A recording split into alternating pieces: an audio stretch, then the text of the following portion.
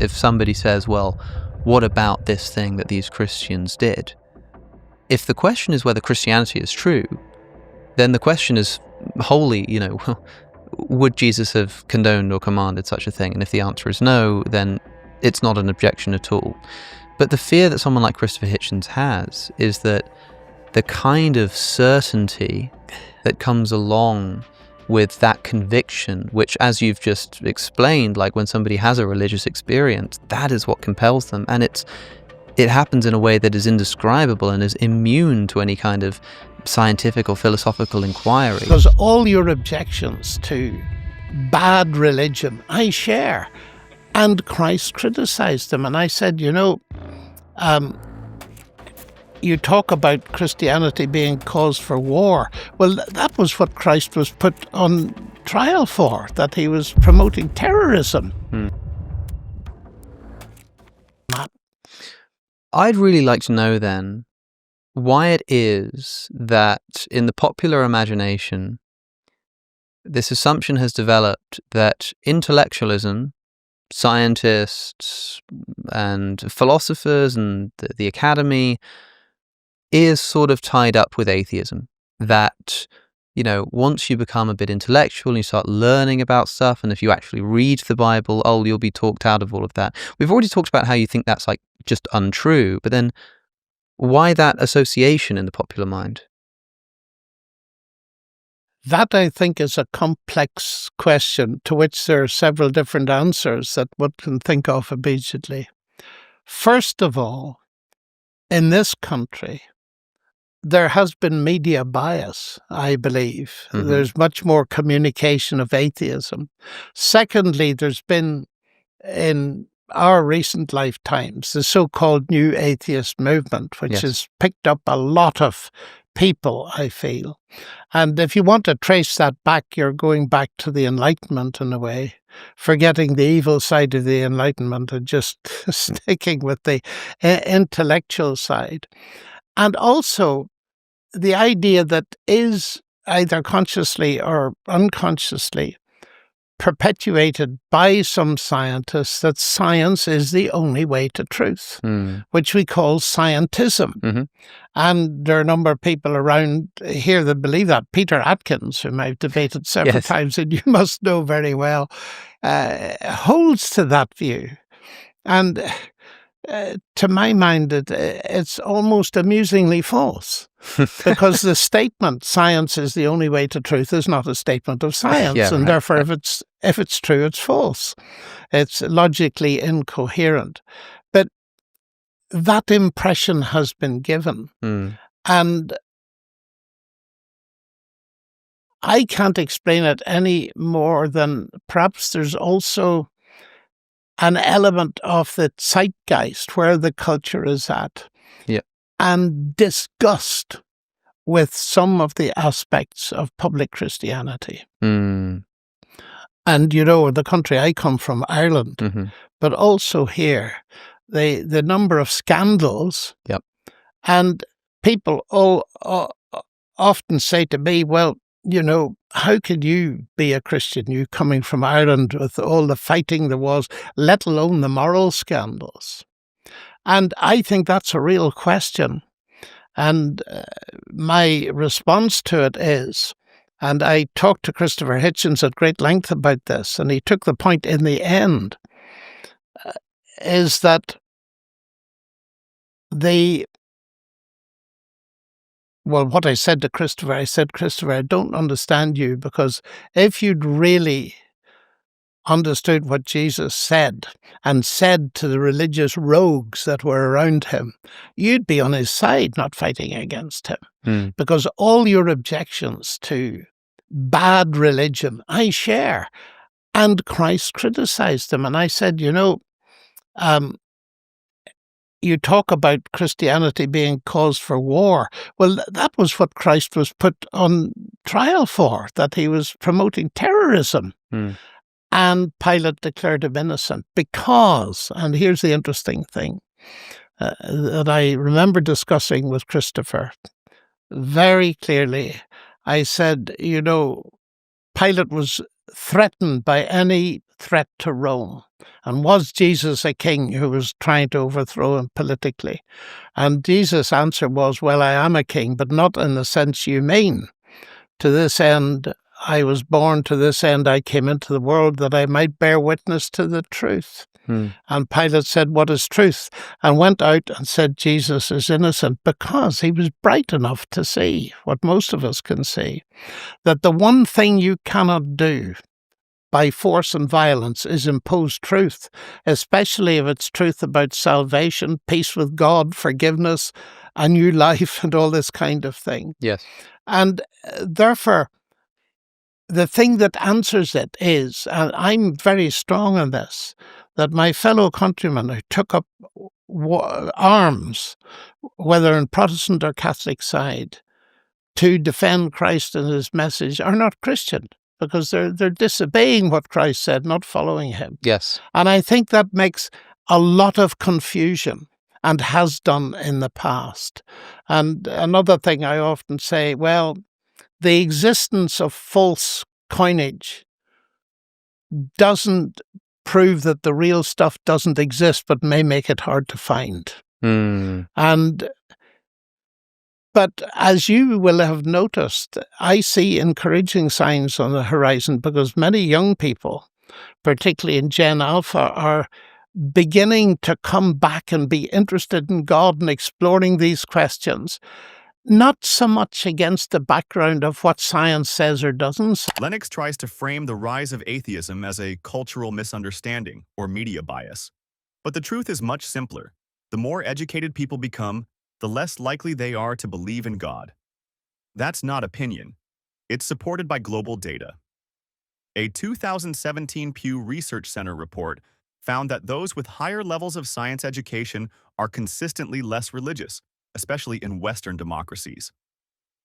Even among elite scientists, 93% of those in the National Academy of Sciences do not believe in a personal God. Lennox also sidesteps the fact that Christianity is built on claims that collapse under scrutiny. The Bible is riddled with contradictions, failed prophecies, and morally disturbing commands, from God endorsing slavery in Leviticus 25:44-46 to commanding genocide in 1 Samuel 15. These aren't just bad religious people. These are scriptural orders. Saying Jesus was different doesn't fix the problem when the same Bible portrays him supporting Old Testament law, Matthew 5:17-19. And let's not ignore history. From the Crusades to colonialism, Christianity was spread and defended with violence. That's not a distortion. It's historical fact. Christianity has always been intertwined with power structures. The moral message Lennox praises was often enforced by force, not reason. But against the much more cultural background of meaning and purpose in life. And that heartens me. I find that immensely encouraging. The focus has shifted. And I think, there was I think, was it the Bible Society that just released a study about young people going back to church Bible Society, at a quite incredible increase of people? And it wasn't, I think the thing that surprised me was not just that people were beginning to believe in God again or something, but to attend church. Yes. Which is quite a thing in itself. I mean, I agree with people like Justin Brierley when they say that, I don't know if the statistics bear this out, but I can kind of feel something in the air, like the conversation's shifting a little bit. Yes. And I was sort of like, okay, I can feel that too. But if church attendance is going up, I think that's quite an important indicator. These discussions, I agree. The important question is with Christianity, Jesus. And for me, it's quite straightforward, as I feel like it might be for you too, in that if somebody says, well, what about this thing that these Christians did?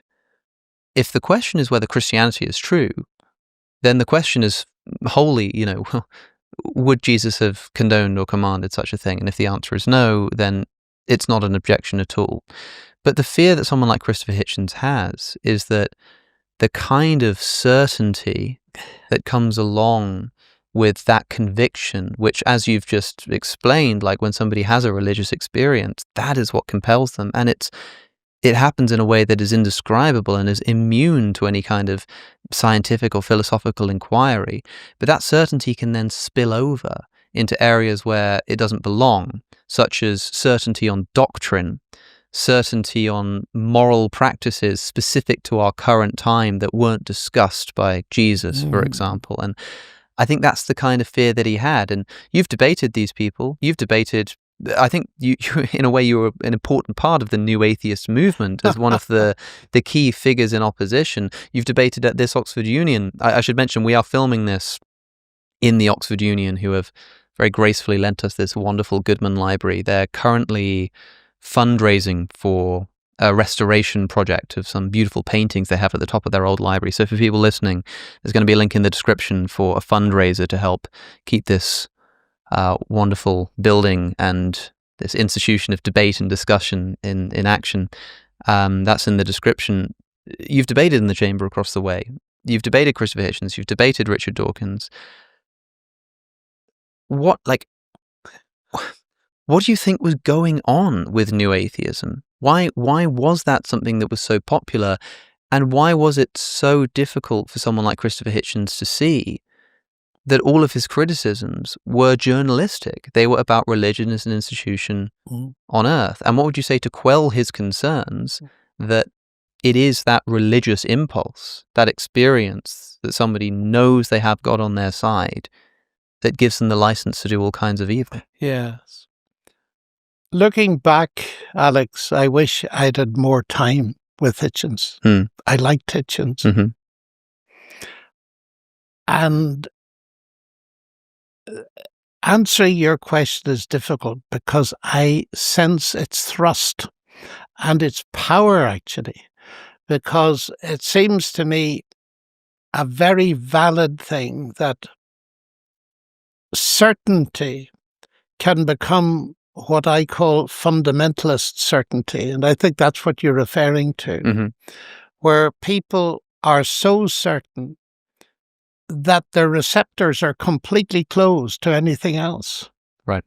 And that justifies almost any kind of behavior. And that's appalling. And I asked myself, what has saved me from that? Because as I sit talking to you, I have that sense of certainty of my relationship with God. I think what has helped me immensely in life is that I've been very privileged to, how shall I put it? I've been prepared for the last 70 years or more to be vulnerable. In other words, I'm always prepared to question what I believe. And I have seen in my life the sadness that comes about when people become fundamentalist in any direction. And I was very honoured to be invited by the British Academy some years ago to give a lecture on, wait for it, scientific fundamentalism, which I think is a much better expression than scientism. Okay. Science is the only way to truth. And what fascinated me that day, I was terrified, going into the British Academy and all the academicians there and so on, was the positive response was absolutely amazing. The talk was eventually published in a book. But I've always been afraid of that. I suppose because I was brought up in a culture where my own family suffered bombing because of that kind of attitude. My father ran a business, and just your listeners and people watching this will be interested to know that in a country where there's huge tension between Catholics and Protestants that was fomented by a lot of extremists on both sides, my dad employed equally, as far as he could, Protestants and Catholics in his shop in the centre of one of the most difficult towns in the country. And because of that, I said, Dad, this is really dangerous. Why do you do it? And I'll never forget his answer. He said, "Son, Scripture teaches us that every man and woman, irrespective of what they believe, is made in the image of God, and I intend to treat them like that." Now, that was amazing. That and the fact that they let me think were two of the biggest things they could have given me. But that, as a moral guide, has been very important to me in life. In other words, translating it, I can learn from everybody. Lennox admits that certainty can lead to dangerous fundamentalism, but he doesn't confront the real issue. Christianity itself often rewards that kind of blind certainty. In the Bible, faith is praised not because it's supported by evidence, but because it isn't.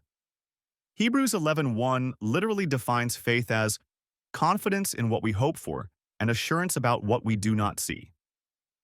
That's not open-minded inquiry. That's embracing belief without proof. The problem isn't just extremists. It's that Christianity claims moral authority directly from God. And once you think your moral commands come from a divine source, you can justify almost anything. That's exactly how people have defended slavery. Ephesians 6:5, genocide, Deuteronomy 20:16-18, and the subjugation of women, 1 Timothy 2:12. Those aren't fringe interpretations. They're written in the same scriptures Christians call the Word of God. And Lennox's claim that his father treated everyone with dignity because of Christian teachings ignores history. Universal human dignity was not a Christian innovation.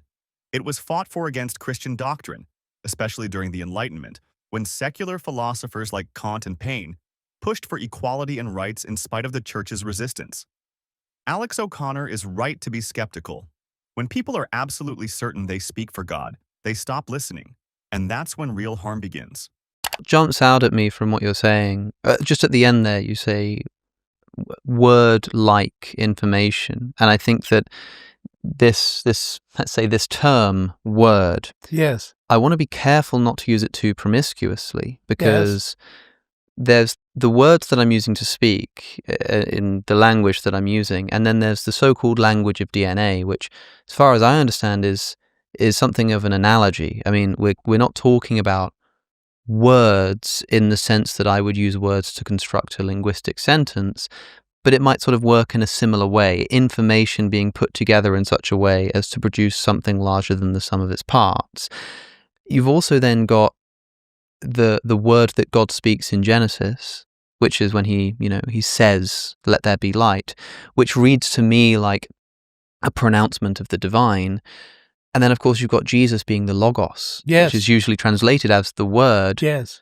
But if I were to equivocate the Logos of John's prologue with Genesis chapter 1, then I'm thinking how that would read to me. When God says, "Let there be light," he sort of does it through Jesus, which is in keeping with the vision of creation in John 1. Mm-hmm. But I'm wondering exactly how you, I don't want to say equivocate, but how exactly you I think you mean equate. Yes. Equalize, whatever you like, this Logos of John 1 with Genesis 1. I mean, literally speaking. Well, I used the word resonate, and I certainly didn't use the word literal, which is a very dangerous word in my view. Yeah. That's one that's used promiscuously, if ever there was one.